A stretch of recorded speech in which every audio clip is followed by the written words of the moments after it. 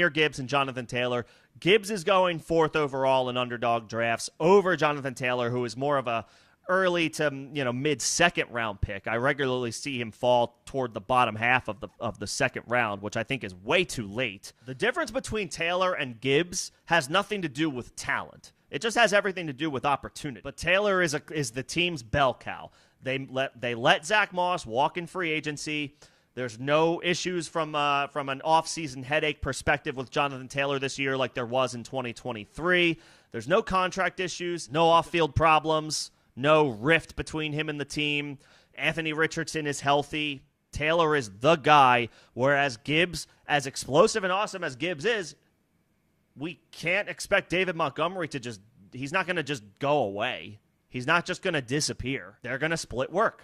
The two of those guys are going to split work, whereas Taylor, it's just him. Some people are going to have Gibbs ahead of Taylor because he's more explosive. Jared Goff, I just got done talking about touchdown vulturing from the quarterback position. Anthony Richardson is more likely to do that to Taylor than Jared Goff is to somebody like Jahmyr Gibbs. Gibbs is more explosive. Didn't have injury, whatever. He missed one game, I think, or 1 or 2 games last year to injury. Taylor missed 4. A little bit more tread on the tires. And he's coming off a down season by his standards. Taylor is. But again, Taylor's the bell cow. He finished 8th at the position in points per game and half PPR. Taylor did. Again, he missed the first 4 weeks of the season due to a contract dispute. Got off to a bit of a slow start. His first 2 weeks were a little a little lackluster, especially that first week. But from weeks 7 to 12, the bye week was in there, so one week not played. But the other 5 weeks he played, he cleared double-digit fantasy points.